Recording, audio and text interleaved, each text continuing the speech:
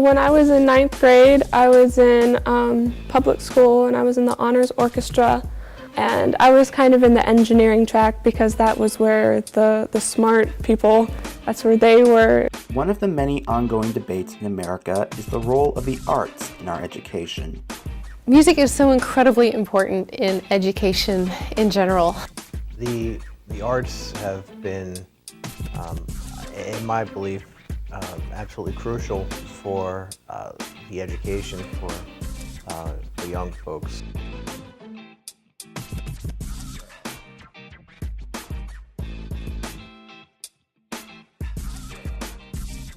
Some think the arts are unnecessary in education because it takes time away from more traditional academic activities, such as writing term papers and studying for tests. Others see it unnecessary because we need more scientists to fill STEM careers and not more artists. I was told that I shouldn't play in the orchestra my last year because it would affect my GPA if I wanted to be valedictorian, and I would probably have to get all 5.0, so all AP classes, and music wasn't offered as AP unless you did music theory, but you couldn't play in the orchestra in order to qualify to be valedictorian. And I don't think that that's right, because that's your last year, your senior year, and you've been playing with that orchestra for 3 years up to that point, and then why wouldn't you do the 4th year? So it's more than ambivalent. It's like you're discouraging people from reaching that level. Another obstacle towards integrating arts into education is scheduling conflicts.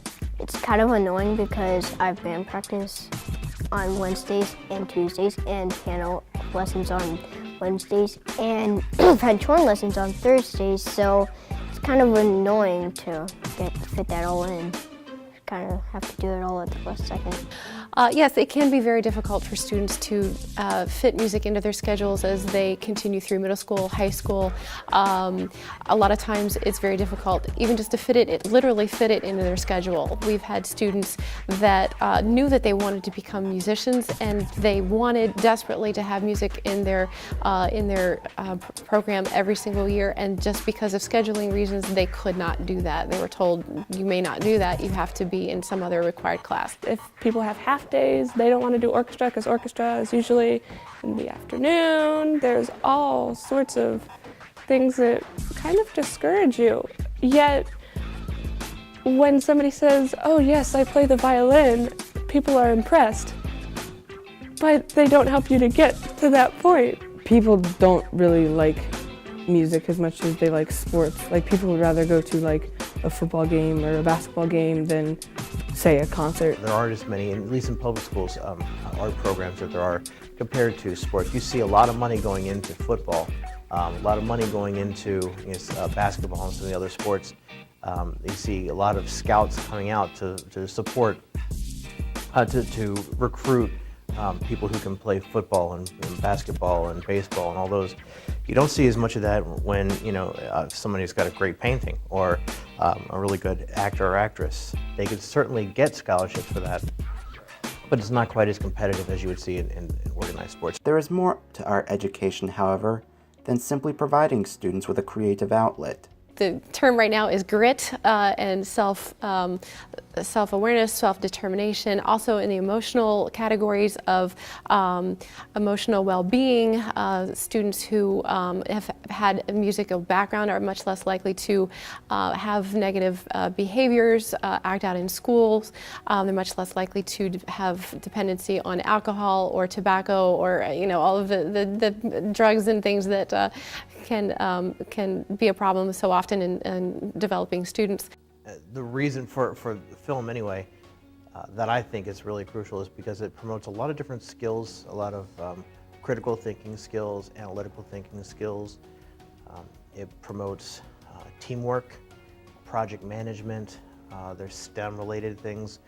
I think it's a really crucial part of life skill training, just learning how to do film. At the college level, music students are much more likely to have a very, very high level of reading. Even studies have shown that students who have had a musical background have higher reading scores than even the English majors.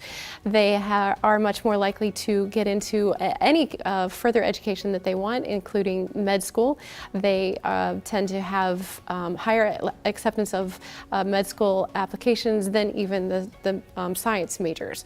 So just because you major in music in college doesn't mean that you necessarily have to become a professional musician.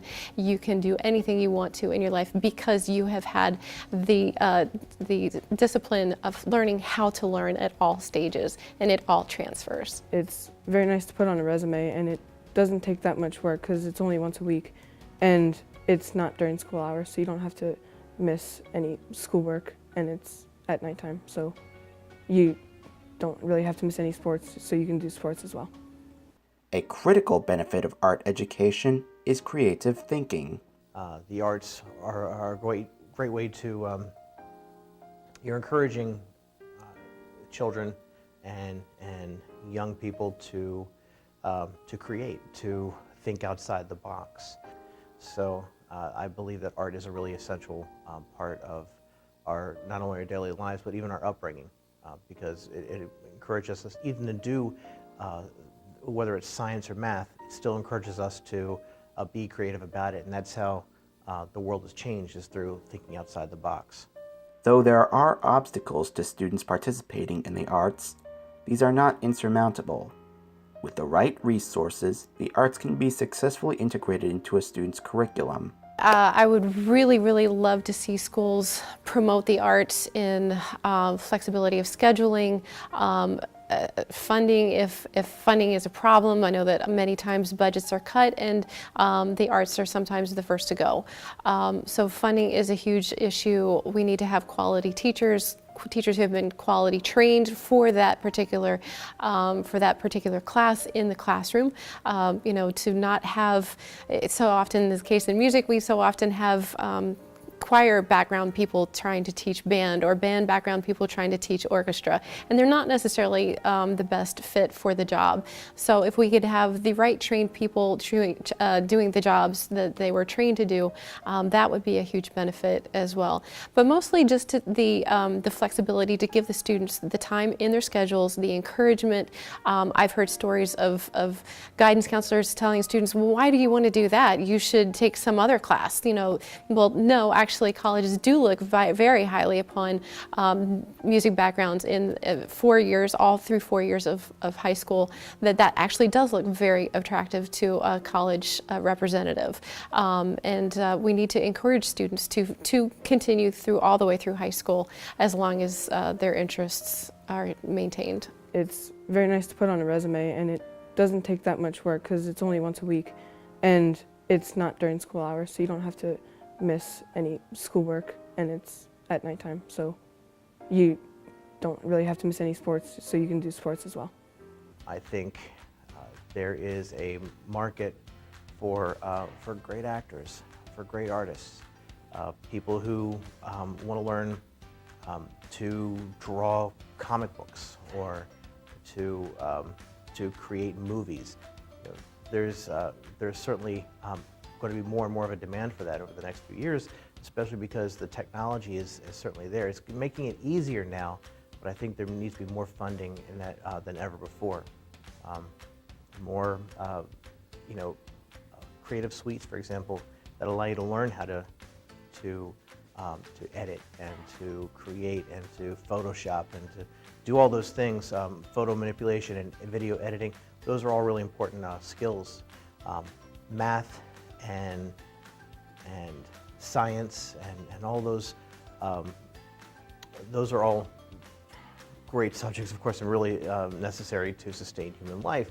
To kind of paraphrase the Dead Poet Society, but art and poetry and beauty and love, those are the things that make life worth living.